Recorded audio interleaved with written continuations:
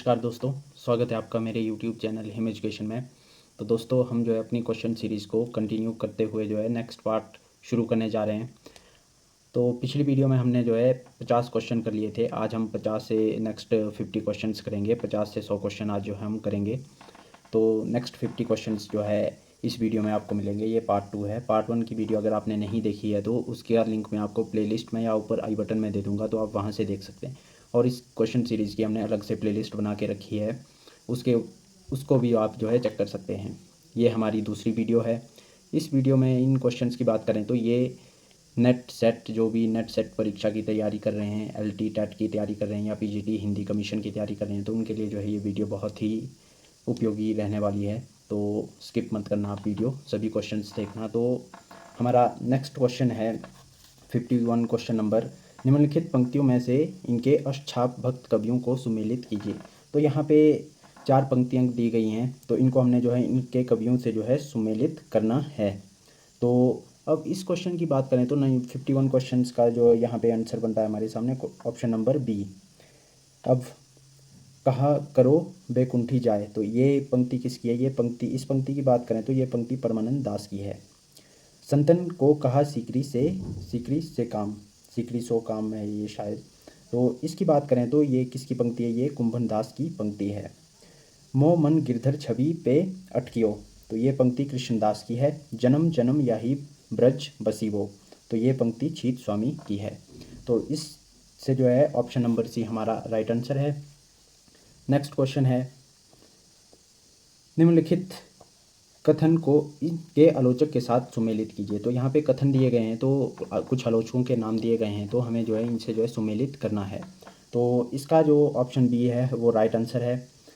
भक्ति धर्म की रसात्मक अनुभूति है, तो भक्ति धर्म की रसात्मक अनुभूति है, ये कथन किसका है? ये कथन है रामचंद्र शुक्ल जी का, आचार्य रामचंद्र शुक्ल जी का कथन है ये। कवि कृति है भाव या विचार नहीं, कवि कृति है भाव या विचार नहीं है, तो ये कृति डॉक्टर नगेंद्र की है। कविता अंतर जगत की वाणी है, तो ये कथन किसका है? इस कथन की बात करें तो ये कथन शांति प्रिय द्विवेदी जी का है। और लास्ट कथन कविता वागर्थ का मिथुन है, तो ये पंक्ति किसकी है? इस पंक्ति की बात करें तो अशोक वाजपेयी जी की ये पंक्ति है। तो ऑप्शन नंबर बी जो है हमारा राइट आंसर है।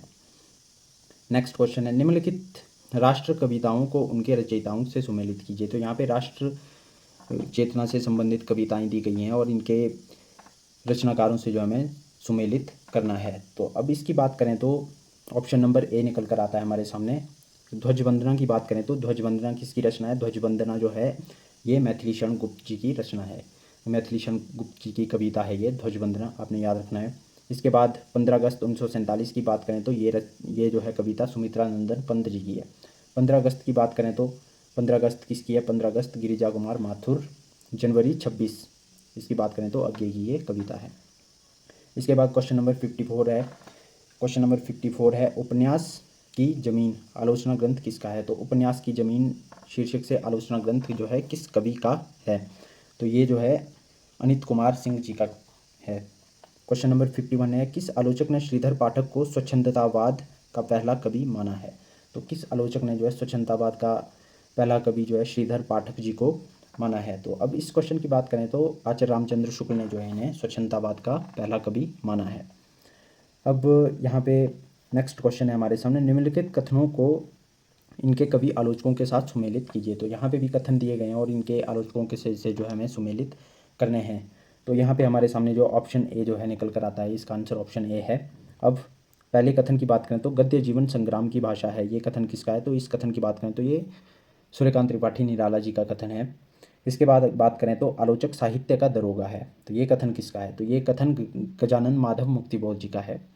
कवि भाषा नहीं शब्द लिखता है, तो ये किसका कथन है? कवि भाषा नहीं शब्द लिखता है, तो ये अज्ञे का कथन है। कविता मेरे लिए एक आत्म साक्षात्कार है, तो ये कथन मलयज का है। तो ऑप्शन ए जो है इसका राइट आंसर है। कौन सा कवि अपभ्रंश का माघ कहा जाता है? तो यहाँ पे आपसे क्वेश्चन पूछा गया है कि अपभ्रंश का माघ किस कवि को कहा जाता है? तो ये स्वयंभू है। स्वयंभू को जो है अपभ्रंश का माघ कवि भी कहा जाता है, तो ये आपने याद रखना है। नेक्स्ट क्वेश्चन है, आत्माराम की टेंटे निबंध किस लेखक का है? तो आत्माराम की टेंटे की बात करें तो ये गोविंद नारायण मिश्र जी का निबंध है। ऑप्शन सी जो है इसका राइट आंसर है। किसान सत्सई के रचनाकार कौन है? तो अब किसान सत्सई रचना है, इसके रचनाकार कौन है? तो इसकी रचनाकार की बात करें तो सरनाम सिंह शर्मा जी जो है इसके रचनाकार हैं। नेक्स्ट क्वेश्चन नंबर 60 है हमारे सामने। हिंदी में पहला ज्ञानपीठ पुरस्कार प्राप्त करने वाले साहित्यकार कौन हैं? तो ये सबसे इम्पोर्टेंट क्वेश्चन है कि हिंदी साहित्य अकादमी पुरस्कार जो है, हिंदी में सबसे पहले साहित्य अकादमी पुरस्कार जो है किसे प्राप्त हुआ है? तो सुमित्रा नंदन पंत को जो है ये पुरस्कार सबसे पहले प्राप्त हुआ था। हिंदी साहित्य सम्मेलन के प्रथम अध्यक्ष कौन थे? तो हिंदी साहित्य सम्मेलन के प्रथम अध्यक्ष महात्मा गांधी जी थे। ऑप्शन सी जो इसका राइट आंसर है। मुझे माफ़ करना नामक आत्मकथा किस लेखिका की है? तो मुझे माफ़ करना आत्मकथा की बात करें तो ये दिनेश नंदिनी डालमिया की है। ऑप्शन नंबर ए जो है राइट आंसर है। क्वेश्चन नंबर 63 है हमारे सामने। भाव प्रकाश कृति के रचयिता कौन है? तो भाव प्रकाश की रचना जो है किसने की है? तो ऑप्शन सी हरिराय ने जो है इसकी रचना की है। कौन सा नाथ पूर्ण भगत नाम से प्रसिद्ध है? तो नाथ कवि की जो है बात की है कि नाथ कवि जो है, कौन सा नाथ कवि पूर्ण भगत नाम से जो है प्रचलित है? तो अब इसकी बात करें तो चौरंगी नाथ। ऑप्शन नंबर डी जो है इसका राइट आंसर। चौरंगी नाथ को जो है पूर्ण भगत नाम से भी जाना जाता है। अब नेक्स्ट क्वेश्चन है हमारे सामने। निम्नलिखित में से कौन सी अपभ्रंश कृति नहीं है? तो कौन सी रचना जो है अपभ्रंश भाषा में रचित नहीं है? विजयपाल रासो, हमीर रासो, कीर्ति पताका और पृथ्वीराज रासो।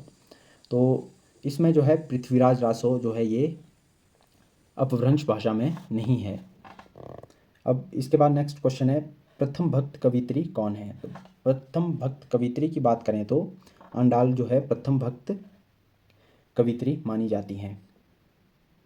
अब इसके बाद हमारे सामने क्वेश्चन नंबर 67 है। बोधिचर्यावतार ग्रंथ के रचनाकार कौन है? तो अब इस ग्रंथ के रचनाकार की बात करें तो ऑप्शन नंबर बी भूसुकपा जो है इसके रचनाकार हैं। बाजार में गुड़िया कहानी संग्रह किसका है? तो बाजार में गुड़िया कहानी संग्रह की बात करें तो ये डॉक्टर सितेश आलोक का कथन डॉक्टर सितेश आलोक जी का कहानी संग्रह है। अब क्वेश्चन नंबर 69 है हमारे सामने की अपभ्रंश हिंदी की अजस्त्र प्राणधारा है, ये किसका कथन है? तो अपभ्रंश जो है हिंदी की अजस्त्र प्राणधारा है।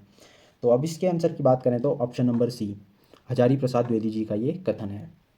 निम्न कवि अष्टछाप कवियों में सम्मिलित नहीं है। तो इनमें से जो है कौन सा कवि जो है अष्टछाप कवियों में सम्मिलित नहीं है? तो अब इनमें बात करें तो सूरदास अष्टछाप के कवि हैं। परमानंद दास, नंददास, सुंदरदास की बात करें तो सुंदरदास जो है अपभ्रंश के कवियों में नहीं आते हैं। कौन सा कवि कलिकाल का वाल्मीकि कहा जाता है? तो ये भी इंपॉर्टेंट क्वेश्चन है। कलिकाल का वाल्मीकि किस कवि को कहा जाता है? तो तुलसीदास को जो है कलिकाल का वाल्मीकि कहा जाता है। ये आपने याद रखना है। क्वेश्चन नंबर नेक्स्ट है 72। ऑल इंडिया रेडियो से प्रसारित होने वाला कहानी हिंदी का पहला ध्वनि नाटक कौन सा है? तो हिंदी का जो पहला ध्वनि नाटक है वो कौन सा है? ऑल इंडिया रेडियो से प्रसारित होता था ये। तो इसकी बात करें तो राधा कृष्ण जो है ये नाटक है। Question number 73।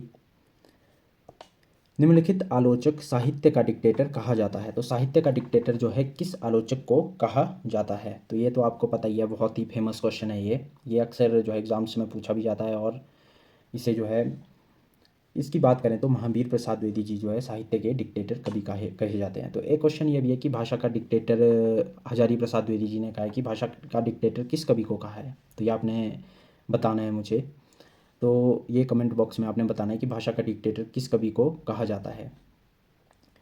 नेक्स्ट क्वेश्चन है 74। निम्न उपन्यास राजेंद्र अवस्थी द्वारा रचित नहीं है? सूरज किरण की छाँव, बीमार शहर, मछली बाजार और जल तरंग। तो अब इसके आंसर की बात करें तो जल तरंग उपन्यास जो है इनका नहीं है।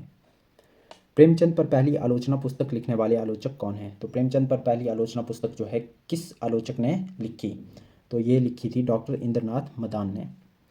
निम्न में से कौन सा वीर काव्य नहीं है? तो अब इन रचनाओं में जो है कौन सा वीर काव्य नहीं है? तो इसकी बात करें तो ऑप्शन नंबर ए दीनदयाल गिरी जो है वीर काव्य नहीं है। इसके बाद नेक्स्ट क्वेश्चन है हमारे सामने। प्रकाशन वर्ष के अनुसार जो है इसको हमने सीरियल वाइज लगाना है। तो इसके सीरियल की बात करें तो ऑप्शन ए जो इसका राइट आंसर है। हमारे साहित्य निर्माता, कवि और काव्य, संचारिणी और युग और साहित्य आलोचना ग्रंथ है ये। तो प्रकाशन वर्ष के अनुसार ऑप्शन ए जो है हमारा राइट आंसर है। नेक्स्ट क्वेश्चन है हमारा, हिंदी की पहली बाल पत्रिका कौन सी है? तो हिंदी की पहली बाल पत्रिका की बात करें तो बालाबोधिनी जो है हिंदी की पहली बाल पत्रिका है। नेक्स्ट है, चलो अब हम लोग चलें, कथन प्रसाद के निम्न नाटक का समापन वाक्य है।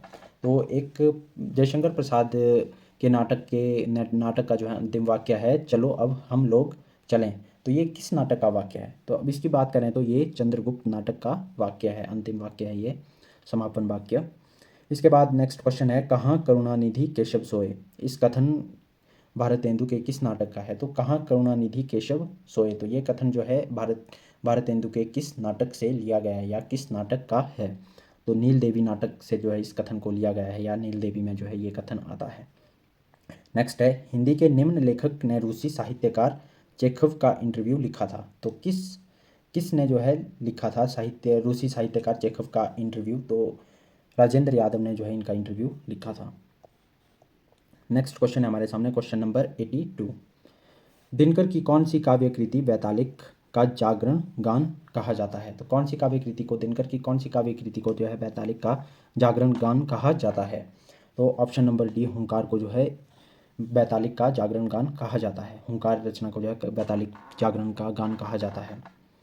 तो अब प्रकाशन वर्ष के अनुसार हिंदी के उपन्यासों का सही अनुक्रम क्या है? तो इसके अनुक्रम की बात करें तो ऑप्शन नंबर सी, रुकोगी नहीं राधिका, आपका बंटी, नरक दर नरक, जिंदगी नामा। तो ये जो है इनका सही अनुक्रम है। इसके बाद है क्वेश्चन नंबर 84, निम्नलिखित कृतियों को इनकी विधाओं के साथ सुमेलित कीजिए। तो यहाँ पे कृतियाँ दी गई हैं और यहाँ पे विधाएं दी गई हैं, तो इनको जो है इनके साथ सुमेलित करना है। तो क्वेश्चन नंबर 84 की बात करें तो ऑप्शन नंबर ए जो है इसका राइट आंसर निकल कर आता है, ऑप्शन नंबर ए। एकलव्य के नोट्स की बात करें तो एकलव्य के नोट्स रिपोर्टाज विधा की रचना है। कलम के सिपाही की बात करें तो कलम के सिपाही एक जीवनी है। नीड़ का निर्माण, तो नीड़ के निर्माण की बात करें तो नीड़ का निर्माण एक यात्रा वृतांत है। साहित्य देवता की बात करें तो साहित्य देवता गद्य काव्य है। तो इसके बाद नेक्स्ट क्वेश्चन हमारे सामने, क्वेश्चन नंबर 85, जन समाज के प्रथम कृति कवि किसे कहा जाता है? तो जन समाज का प्रथम कृति कवि जो है किस कवि को कहा जाता है? तो ये मैथिली शरण गुप्त जी को कहा जाता है, इन्हें राष्ट्र कवि भी कहा जाता है। इसके बाद हमारे सामने नेक्स्ट क्वेश्चन है, क्वेश्चन नंबर 86, भाषा के विकास की विविध अवस्थाओं का सही अनुक्रम कौन सा है? तो इसका ऑप्शन नंबर डी जो है राइट आंसर है। भाषा के विकास की बात करें तो विच्छेदावस्था, संयोगावस्था, विकृतावस्था और वियोगावस्था जो है भाषा की विविध अवस्थाओं का अनुक्रम है। नेक्स्ट क्वेश्चन है क्वेश्चन नंबर 87, निम्न जैन कवि को नावांग वृत्तिकार कहा जाता है। तो नावांग वृत्तिकार जो है किस जैन कवि को कहा जाता है? तो ये अभय देव सूरी को जो है नवांग वृत्तिकार कवि कहा जाता है। हिंदी में प्रतिवाद का पहला लेख किसने लिखा था? तो प्रतिवाद की बात करें, प्रतिवादी प्रवृत्ति की बात करें तो प्रतिवाद का जो है प्रथम लेख किसने लिखा था? तो ये जो है रामविलास शर्मा जी ने लिखा था। क्वेश्चन नंबर 88 का जो है रामविलास शर्मा ने नहीं लिखा था, ये शिवदान सिंह चौहान ने लिखा था। शिवदान सिंह चौहान हमारा 88 का जो है ऑप्शन नंबर सी जो है राइट आंसर है। इसके बाद 89 की बात करें तो क्वेश्चन नंबर 89, रस सूत्र के प्रथम व्याख्याकार किसे माना जाता है? तो रस सूत्र के प्रथम व्याख्याकार की बात करें तो रस भट्ट लोलट को जो है इसका प्रथम व्याख्याकार माना जाता है। किसका? रस सूत्र का। दोहाकोश ग्रंथ के रचयिता कौन है? तो दोहाकोश ग्रंथ की बात करें तो सरहप्पा जो है दोहाकोश के ग्रंथ के रचयिता हैं। ऑप्शन नंबर सी जो है हमारा राइट आंसर है। 91 क्वेश्चन नंबर है, निम्न विनोद कुमार शुक्ल का एकमात्र उपन्यास है। तो विनोद कुमार शुक्ल का एकमात्र उपन्यास जो है कौन सा है? तो ऑप्शन नंबर ए, नौकर की कमीज जो है इनका एकमात्र उपन्यास है। जिंदगी का सफ़रनामा आत्मकथा किसकी है? तो जिंदगी का सफ़रनामा आत्मकथा अमृतलाल नागर की है। इंपॉर्टेंट क्वेश्चन है ये, तो ये आपने सभी पढ़ने हैं। 93 की बात करें तो नेक्स्ट क्वेश्चन है, निम्न में से तार सप्तक कवि नहीं है। तो इन निम्नलिखित गिरिजा कुमार माथुर, रामविलास शर्मा, भवानी प्रसाद मिश्र और प्रभाकर माचवे, इन कवियों में जो है कौन सा कवि तार सप्तक से संबंधित नहीं है? तो क्वेश्चन नंबर 93 की बात करें तो option number C, Bhavani Prasad Mishra जो है तार सप्तक से संबंधित कवि नहीं है। 94 है, नागार्जुन ने भुस्मांकर काव्य कृति कौन से छंद में लिखी है? तो अब इसकी बात करें तो ऑप्शन नंबर ए, बरवे छंद जो है बरवे छंद में जो है काव्य कृति पुष्पांकर लिखी है। नेक्स्ट क्वेश्चन है, हिंदी का पहला व्याकरण लेखक किसे माना जाता है? तो हिंदी का पहला व्याकरण लेखक की बात करें तो option number C Kamta Prasad गुरु को जो है हिंदी का पहला व्याकरण लेखक माना जाता है। नेक्स्ट है, प्रकाशन वर्ष के अनुसार हजारी प्रसाद द्विवेदी के उपन्यासों को सही अनुक्रम में लगाना है। तो 96 की बात करें तो ऑप्शन नंबर ए, इनका पहला उपन्यास बाणभट्ट की आत्मकथा, उसके बाद चारुचंद्र लेख, पुनर्वा और अनामदास का पोथा। तो ऑप्शन ए जो है इसका राइट आंसर है। 97 क्वेश्चन नंबर है, भारतेंदु पत्रिका के संपादक कौन हैं? तो भारतेंदु पत्रिका की बात करें तो option number B, Radhacharan Goswami जो इसके संपादक हैं। अब इसके बाद क्वेश्चन नंबर 98 है हमारे सामने, अखिल भारतीय प्रगतिशील लेखक संघ के अंतिम अधिवेशन के महासचिव कौन थे? तो इसके जो है अंतिम महासचिव कौन थे? तो इसके अंतिम महासचिव की बात करें तो कृष्ण चंद्र जो है इनके अंतिम महासचिव थे। इसके बाद 99 क्वेश्चन है, हिंदी की पहली महिला पत्रकार मानी जाती है। तो हिंदी की पहली महिला पत्रकार जो है किसे माना जाता है? तो हिंदी की पहली महिला पत्रकार जो है हेमंत कुमारी चौधरी को माना जाता है। लास्ट क्वेश्चन है क्वेश्चन नंबर 100, निम्न में से व्यंग्य कृति अमृत राय ने नहीं लिखी है। तो कौन सी कृति जो है अमृत राय ने नहीं लिखी है? तो ऑप्शन ए, सोने का दान जो है इनकी कृति नहीं है। बाकी बतरस, विजिट इंडिया, आनंदम, ये तीनों कृतियाँ जो है इनकी हैं। तो ये थे आज के हमारे 50 क्वेश्चंस। तो अगर वीडियो अच्छी लगी हो तो लाइक करें, शेयर करें, कमेंट करें और अगर चैनल पर नए हो तो सब्सक्राइब ज़रूर करें। मिलते हैं नेक्स्ट वीडियो में, तब तक के लिए धन्यवाद।